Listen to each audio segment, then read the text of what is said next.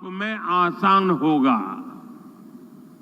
आप देखिए, हमने गरीबों के लिए 4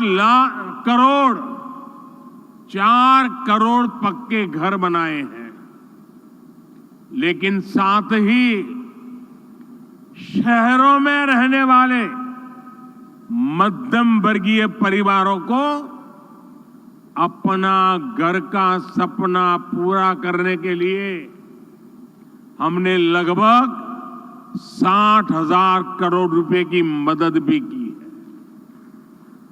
इस पैसे से शहरों में रहने वाले 25 लाख मध्यम वर्गीय परिवारों को ब्याज में छूट मिली है।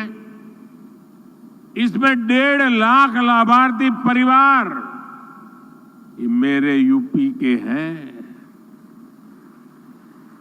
हमारी सरकार ने आयकर में जो कमी की है, उसका भी बड़ा लाभ मध्यम वर्ग को मिला है।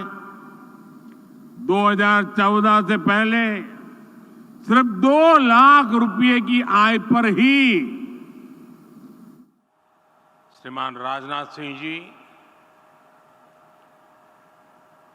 यूपी के उप मुख्यमंत्री, विधानसभा के अध्यक्ष श्री, अन्य महानुभाव, देश विदेश से यहां आए औद्योगिक क्षेत्र के सभी प्रतिनिधिगण और मेरे परिवारजनों, आज हम यहां विकसित भारत के लिए, विकसित उत्तर प्रदेश के निर्माण के संकल्प के साथ एकजुट हुए हैं।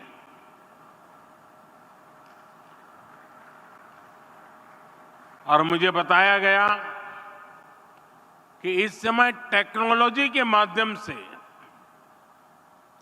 हमारे साथ यूपी की 400 से ज्यादा विधानसभा सीटों पर लाखों लोग इस कार्यक्रम के साथ जुड़े हुए हैं। जो लोग टेक्नोलॉजी से इस कार्यक्रम में जुड़े हैं, मैं मेरे इन सभी परिवारजनों का भी हृदय से स्वागत करता हूं। 7-8 वर्ष पहले हम सोच भी नहीं सकते थे कि उत्तर प्रदेश में भी निवेश और नौकरियों को लेकर ऐसा माहौल बनेगा। चारों तरफ अपराध, दंगे, छीना झपटी, यही खबरें आती रहती थी। उस दौरान अगर कोई कहता कि यूपी को विकसित बनाएंगे, तो शायद कोई सुनने को भी तैयार नहीं होता, विश्वास करने का तो सवाल ही नहीं था। लेकिन आज देखिए, लाखों करोड़ रुपए का निवेश उत्तर प्रदेश की धरती पर उतर रहा है। और मैं उत्तर प्रदेश का सांसद हूं, और मेरे उत्तर प्रदेश में जब होता है तो मुझे सबसे ज्यादा आनंद होता है।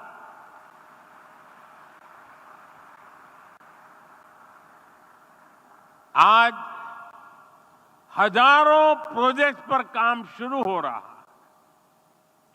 ये जो फैक्ट्रियां लग रही हैं, ये जो उद्योग लग रहे हैं, ये यूपी की तस्वीर बदलने वाले हैं।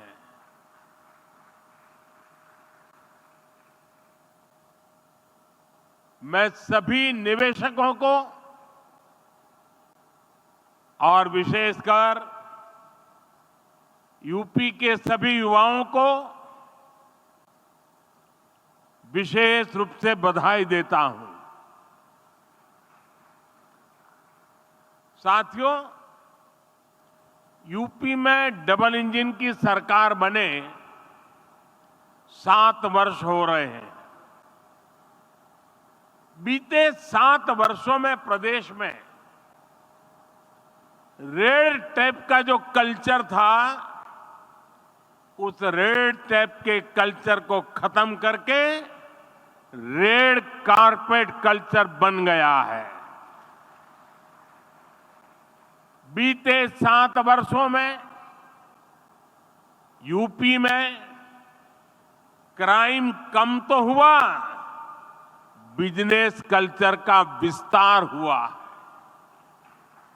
बीते 7 वर्षों में यूपी में व्यापार, विकास और विश्वास का माहौल बना है।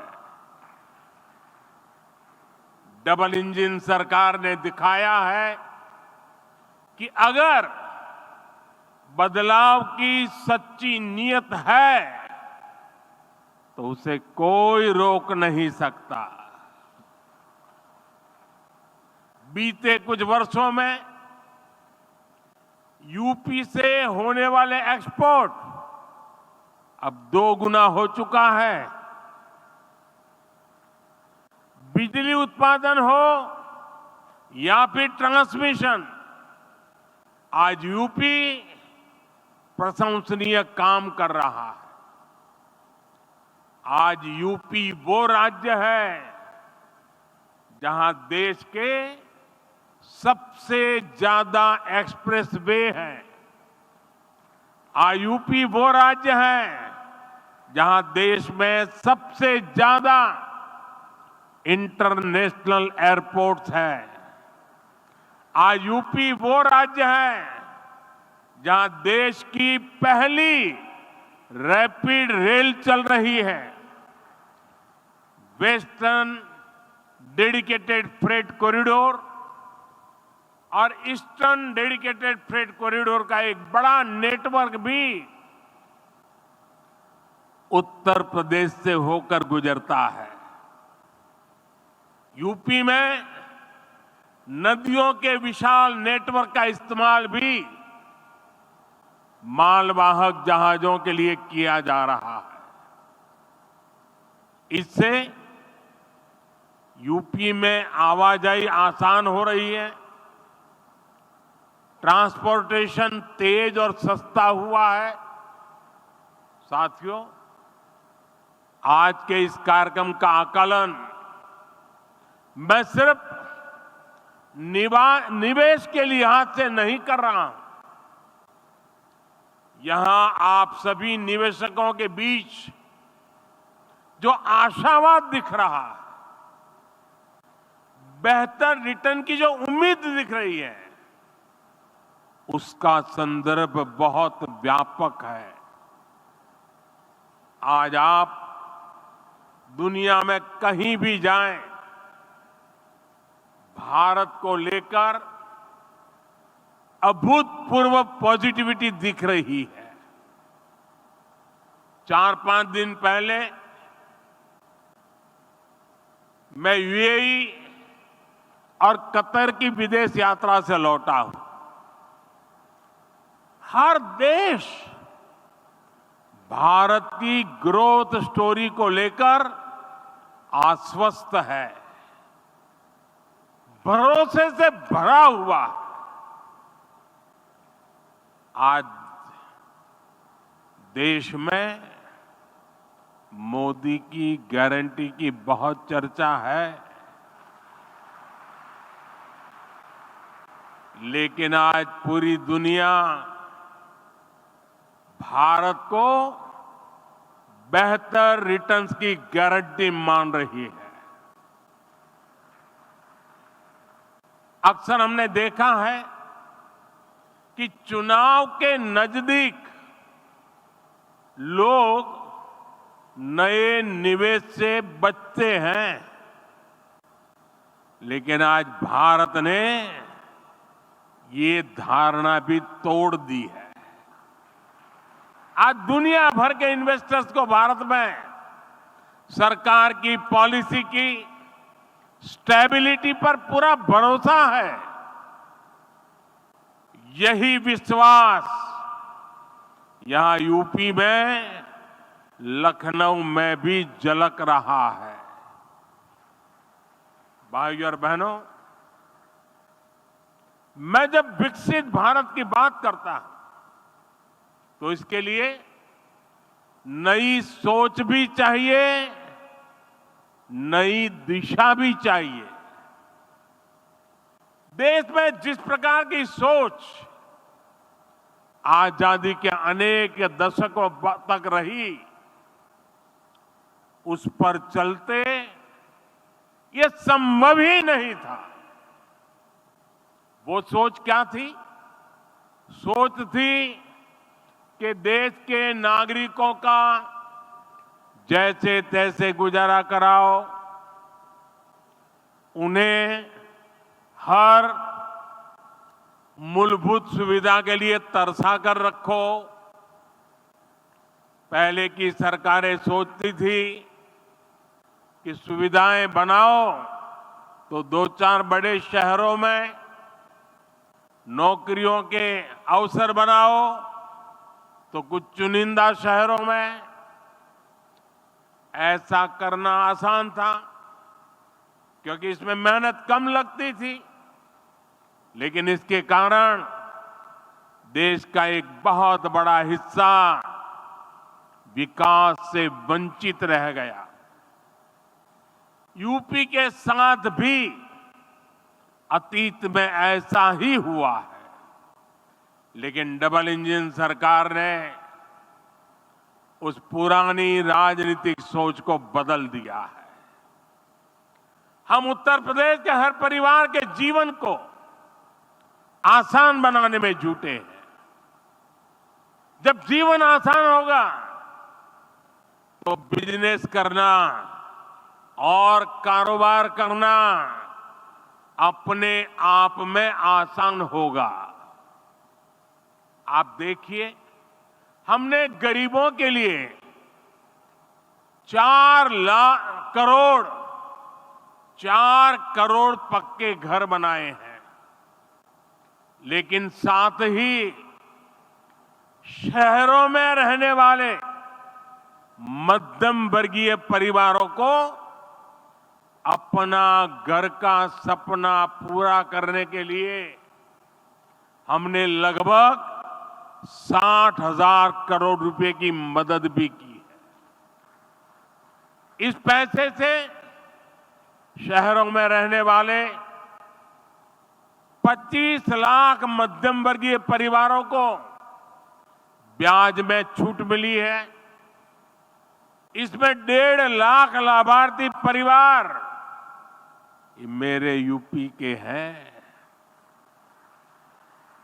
हमारी सरकार ने आयकर में जो कमी की है, उसका भी बड़ा लाभ मध्यम वर्ग को मिला है। 2014 से पहले सिर्फ 2 लाख रुपए की आय पर ही इनकम टैक्स लग जाता था, जबकि बीजेपी सरकार में अब 7 लाख रुपए तक की आय पर कोई इनकम टैक्स नहीं देना होता। इस वजह से मध्यम वर्ग के हजारों करोड़ रुपए बचे हैं। साथियों, हमने यूपी में ईज ऑफ लिविंग और ईज ऑफ डूइंग बिजनेस पर समान बल दिया है। डबल इंजन सरकार का मकसद है कि कोई भी लाभार्थी किसी भी सरकारी योजना से वंचित न रहे। हाल में जो विकसित भारत संकल्प यात्रा हुई है, इसमें भी यूपी के लाखों लाभार्थियों को उनके घर के पास ही योजनाओं से जोड़ा गया है। मोदी की गारंटी वाली गाड़ी गांव-गांव, शहर-शहर पहुंची है। सैचुरेशन यानी 100% लाभ जब सरकार अपनी तरफ से लाभार्थियों तक पहुंचाती है तो वही सच्चा सामाजिक न्याय है। यही सच्चा सेक्युलरिज्म है। आप याद करिए, भ्रष्टाचार और भेदभाव का एक बहुत बड़ा कारण क्या होता है? पहले की सरकारों में लोगों को अपने ही लाभ पाने के लिए लंबी लंबी लाइनें लगानी पड़ती थी। एक खिड़की से दूसरी खिड़की तक कागज लेके भागदौड़ करनी पड़ती थी। अब हमारी सरकार खुद गरीब के दरवाजे पर आ रही है और ये मोदी की गारंटी है कि जब तक हर लाभार्थी को उसका हक नहीं मिल जाता, हमारी सरकार शांत नहीं बैठेगी। चाहे राशन हो, मुफ्त इलाज हो, पक्का घर हो, बिजली, पानी, गैस कनेक्शन हो, ये हर लाभार्थी को मिलता रहे। साथियों, मोदी आज उनको भी पूछ रहा है जिनको पहले किसी ने नहीं पूछा। शहरों में हमारे जो रेहड़ी पटरी ठेले वाले भाई बहन होते हैं, पहले इनकी मदद करने के बारे में किसी सरकार ने नहीं सोचा। इन लोगों के लिए हमारी सरकार पीएम स्वनिधि योजना लेकर आई। अभी तक इससे देश भर में रेहड़ी पटरी ठेले वालों को लगभग 10,000 करोड़ रुपए की मदद दी जा चुकी है। यहां यूपी में भी 22 लाख रेहड़ी पटरी ठेले वाले साथियों को इसका लाभ मिला है। पीएम स्वनिधि योजना का जो प्रभाव हुआ है वो दिखाता है कि जब गरीब को संबल मिलता है तो वो कुछ भी कर सकता है।